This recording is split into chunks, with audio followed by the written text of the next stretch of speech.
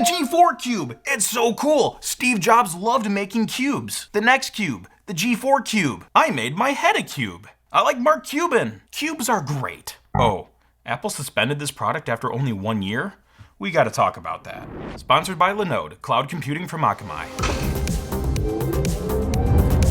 Hey everyone, how are you all doing? If you're new here, welcome. My name is Crazy Ken, and I think the G4 Cube is one of Apple's most iconic designs. Heck, even The Simpsons parodied it, so you know it's good. And when Metal Jesus Rocks says to make a new episode about the G4 Cube, guess what? I'm gonna make a new episode about the G4 Cube! But the big question is, why did this computer die so young? And the other mystery is, why was it suspended indefinitely and not actually discontinued? So, let's time travel.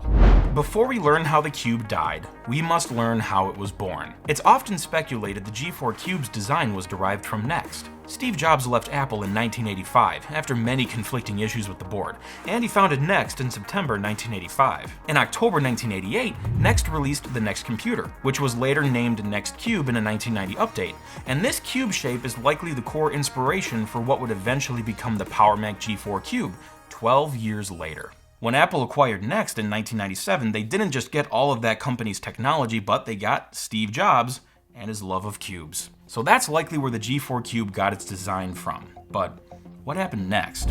Apple was working hard to miniaturize the architecture of their Power Mac Mini Tower into a small cube form factor.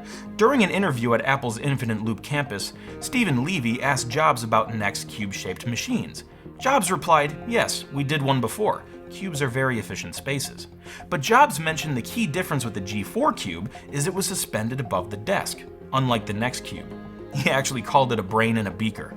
But the design wasn't always this pretty. Products go through multiple testing stages. An early engineering validation test unit, or EVT unit, shows a tall metal housing, vastly different from the crystal-looking design. But in the EVT stage, testers are primarily concerned with testing a minimum viable product. Not all the details are worked out yet. But now we get to the DVT units, design validation testing units. These show a similar design to the final product as Apple dials in the details and gets ready for mass production. I am blessed to own one of these prototype shells. It's pretty similar to the final version, but there's some subtle differences. Like on the back, instead of saying Power Mac G4 Cube with the Apple logo, the word prototype is silkscreened, and there's a warning that says this product hasn't been approved by the FCC, just to let people know, hey, you can't sell this yet, it needs to go through approval. In this stage, Apple was working on a thick, curvy acrylic that gave the cube its feng shui. Jobs disclosed to Levy it took 6 months to formulate the plastics, and Apple wasn't using traditional molding methods to make this case. They machined the plastic. The screw holes and vent hole were precision machined on the cube's case. This obsessive attention to detail might seem like overkill, but it worked for the original iMac when Apple poured extra R&D into the case's design, so maybe that would work for the Cube too. But then, Steve Jobs received some news about the project. Ken Segall was a creative director at Chiat/Day, the ad agency that helped Apple build the Think Different campaign. Ken and his associates hosted regular agency meetings with Steve, and shortly before their next meet, an unnamed person informed Steve that Apple wasn't able to get the Cube's price low enough. In Ken's book, Insanely Simple, he recalls that Steve was visibly shaken by this news, and rightfully so. Steve really loved this product and he wanted it to succeed. But Apple sells expensive stuff, back then and now, so maybe this wouldn't be any different. There's only one way to find out. Let's launch the product!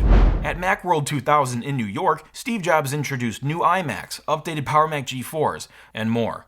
This was all part of the mission-critical 2x2 product strategy that helped save Apple in 1998. But then, in traditional Steve Jobs fashion, he announces, "But there's one more thing."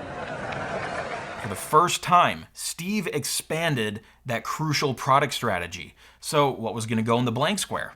It is a new desktop machine.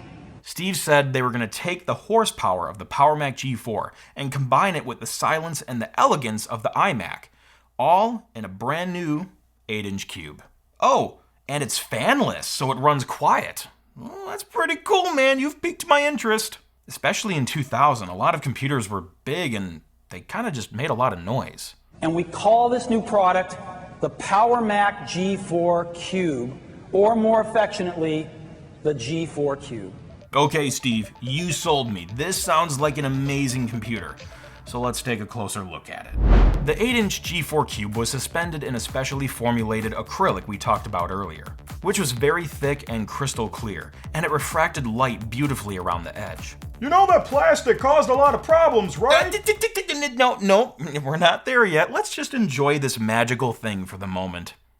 But you will talk about how it crashed. Shut up! The design was very clean with practically no visual distractions, which was a goal of Apple's because this computer was made to sit on your desk, constantly in your eyesight. So, where's all the I/O? Where do you plug stuff in?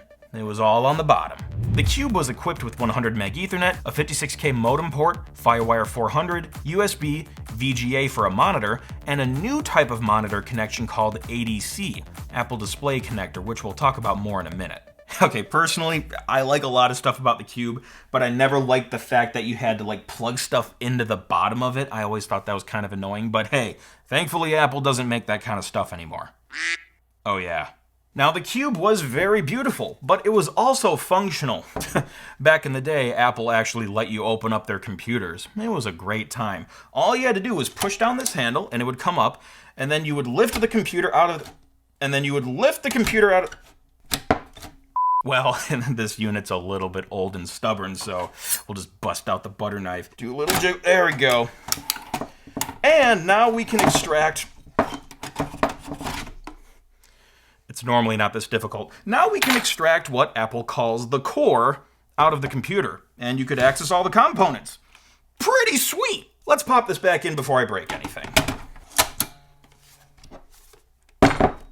It was important that Apple made the Cube easy to open because on their mini towers, you could do pretty much the same thing. Wow, it was so easy to open these things back then. Anyway, this is where we can see the cooling magic. Again, the Cube had no fan.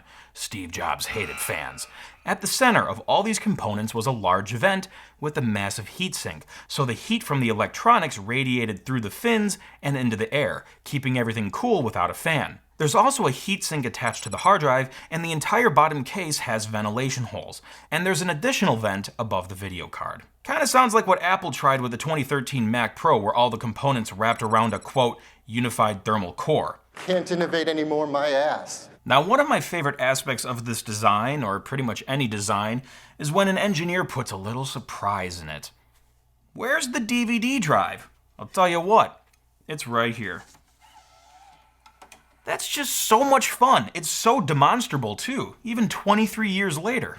And there was no physical power button. Steve Jobs told Levy he didn't want to put a hole in this design for the button. So the button is touch sensitive with an LED, which provides a subtle glow effect. But Ken, this thing is so small, where's the power supply? Well, that's a neat little trick.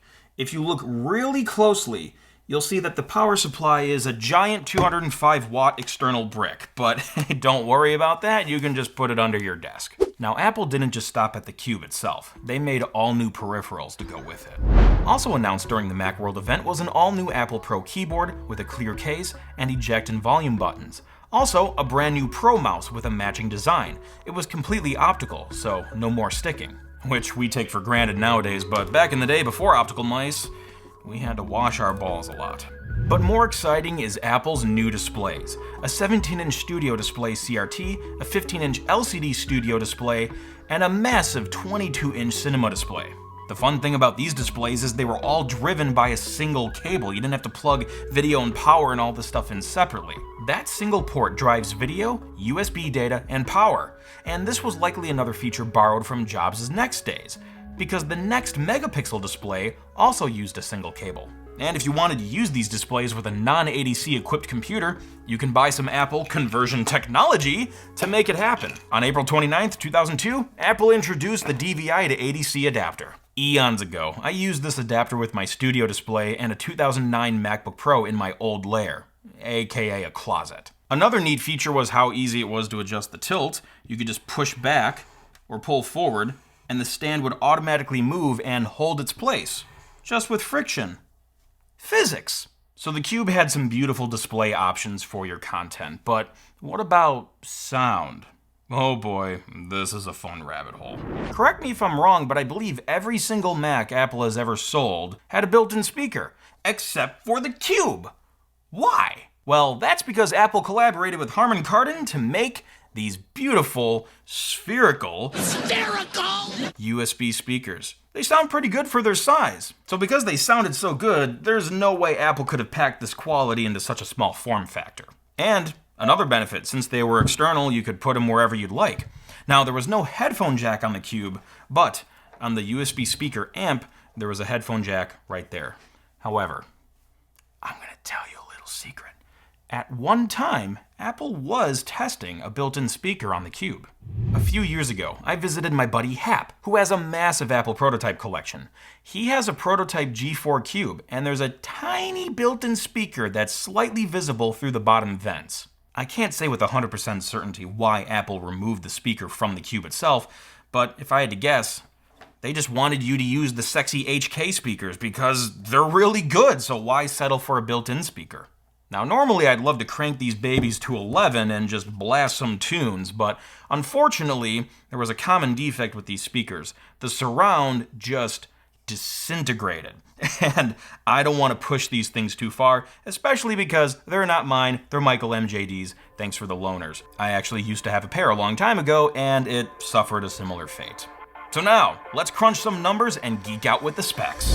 The PowerMac G4 Cube uses a 450 MHz PowerPC G4 processor with Velocity Engine, which was critical for speeding up data-intensive applications, for example, compressing video files. It was equipped with 20 GB of hard drive storage stock, a DVD-ROM drive, and an ATI Rage 128 Pro graphics card with 16 MB of memory. Whoa, cool your jets, Apple. No one's gonna need 16 megs of video memory. Speaking of memory, the Cube came with 64 MB of PC100 SD RAM standard, but with the 3 DIMM slots, you could install up to 1.5 GB. And earlier I mentioned the modem and Ethernet ports, but the Cube also had an optional AirPort card for wireless networking, and the antennas were on the sides of the computer under these circles. And all of this, plus the keyboard, the mouse, the Orb speakers, could be yours for $17.99. Okay. I mean, it's an Apple product, so it's going to be a bit expensive. Back then, they sold other expensive products. Today, they still sell expensive products, so that might not be a problem. Next month, the Cube went on sale. All right, come on, this is the moment of truth. You can do it. I believe in you, Cube. Oh, never mind. Yeah, so total unit sales were only 150,000, which was about a third of what Apple projected. In a 2017 Oxford talk, Tim Cook admitted that Apple withdrew the Cube within 3 months, assuming he meant 3 months after the launch date. I was surprised. The Cube actually died way faster than I thought, at least internally. But Apple pressed on a little bit longer because they probably had a bunch of leftover inventory from the low sales, so they had to move that stuff, right? So they tried a couple tricks. In October, Apple offered $300 back on a PowerMac G4 Cube with a mail-in rebate if you bundled it with an Apple display. The offer was invalid at the end of the year 2000, and a little bit later, Apple cut the price down to $12.99 in February, $500 less than the initial price. So now 2 big questions remain. Why did the G4 Cube fail, especially so quickly? Like, that was really fast compared to other Apple products. And the other mystery is, why was it suspended indefinitely and not actually discontinued? Let's tackle the failure one first. There were a couple small reasons why it likely failed, and there was also one really big reason. For starters, the case cracked. Kind of a shame because Apple put so much work into formulating and machining the plastics. Some other people argued the crack issue was blown out of proportion, saying it's a surface flaw, and Apple's Phil Schiller claimed the alleged cracks were seams from the injection molding process. I can understand that argument when I look at the edges of the Cube where you can see a clean seam, but as for these other quote-unquote seams, I'll say the jury is out on that one. Users also reported the power button was accidentally triggered by nearby movement. I can't recreate that issue with my Cube, so maybe it was only defective in some units, and Apple changed back to regular power buttons for future Macs, so it must have been a real issue. But all of those issues were minor compared to the big problem. Remember the crucial product strategy I mentioned earlier? It was proven to be effective and it was saving Apple, but they deviated from it and tried to expand it by putting a product in the middle, which didn't serve either end of the matrix very well. At the time, Apple's consumer-oriented baseline iMac was only $799, so it is extremely unlikely a consumer is willing to shell out $1,000 more for the Cube, which didn't even have a monitor. The iMac did. But what about professional users? They're willing to spend more money, right? Yeah, in many cases they are. But Apple had another product that offered way more value than the Cube, the G4 Mini Tower. For $200 less than the Cube, you could purchase a Power Mac G4 with similar specs. Technically, the CPU clock was 50 MHz less, but you got Gigabit Ethernet, 3 additional hard drive bays, and 3 PCI expansion slots. True, you miss out on the miniaturization, the fanless design, and the cool speakers, but you save $200 and get much more expansion, so that's the route professionals took. Plus, on the higher end, the G4 Mini Towers offered dual processors, which was not an option with the G4 Cube. On July 3, 2001, Apple officially put the Power Mac G4 Cube on ice, saying they might reintroduce it later. And Apple's VP of Worldwide Product Marketing, Phil Schiller, said most customers decided to buy our powerful Power Mac G4 Mini Towers instead. But life's a learning experience, and Steve Jobs and Apple learned very quickly they needed to move on and kill the Cube. That's why it died so fast. During that Oxford talk, Tim Cook debunked the failure is never final expression, and he used the G4 Cube as an example. You have to recognize when something that you're working on is pushing on a wall. We shipped a product called the Cube. It was a spectacular failure commercially from the first day almost. And so we had to look at ourselves in the mirror and saying, we missed this one. But there was some good news that came out of the Cube. For starters, we got a huge cube-shaped Apple Store. Not sure if that's related to the G4 Cube, but it's still cool. Anyway, despite the failure, the Cube's miniaturization achievements were critical to creating the Sunflower iMac G4, introduced in January 2002, with that new flat display and all of those juicy components confined into a small base. In January 2005, Apple introduced the Mac Mini with a BYO DKM philosophy, bring your own display, keyboard, and mouse. And this time, Apple gauged the market correctly. Instead of making a mini desktop with a hefty price tag, Apple sold the Mac Mini for only $499, and it was a huge hit with consumers because Apple still sells and updates the Mac Mini today. And in March 2022, Apple introduced the Mac Studio, a taller Mac Mini designed with tons of horsepower in a small package. So these two Macs solve the suspended indefinitely and reintroduction mysteries. Although Apple never explicitly said the Mac Mini and the Mac Studio are new versions of the Cube, I think it's fair to say that they are spiritual successors. And you want one more nugget? The name of the display Apple introduced with the Mac Studio shares the same name as some of the displays introduced with the G4 Cube. Studio Display. Come on, Apple. That's definitely a nod to the past. You know, the Cube could work as a luxurious headless computer, or maybe even a server. Or, you could also just use Linode. If you have an application or website that needs to be scaled and deployed, Linode has the 24/7 support and infrastructure that you need. Linode offers out-of-box apps for game servers like TF2, CSGO, and even Minecraft. You can run your own virtual private network with OpenVPN, build an online application with Joomla's content management system, or build a video streaming site with a multitude of app choices. There's so much you can do with Linode's affordable Linux virtual machines. And to boot, they offer award-winning 24/7 technical support. Visit linode.com/computerclan and click one of the sign-up buttons. And when you do that, we'll give you a 60-day $100 credit just for watching this episode. And you're also supporting the Computer Clan, so thank you very much. Catch the crazy and pass it on.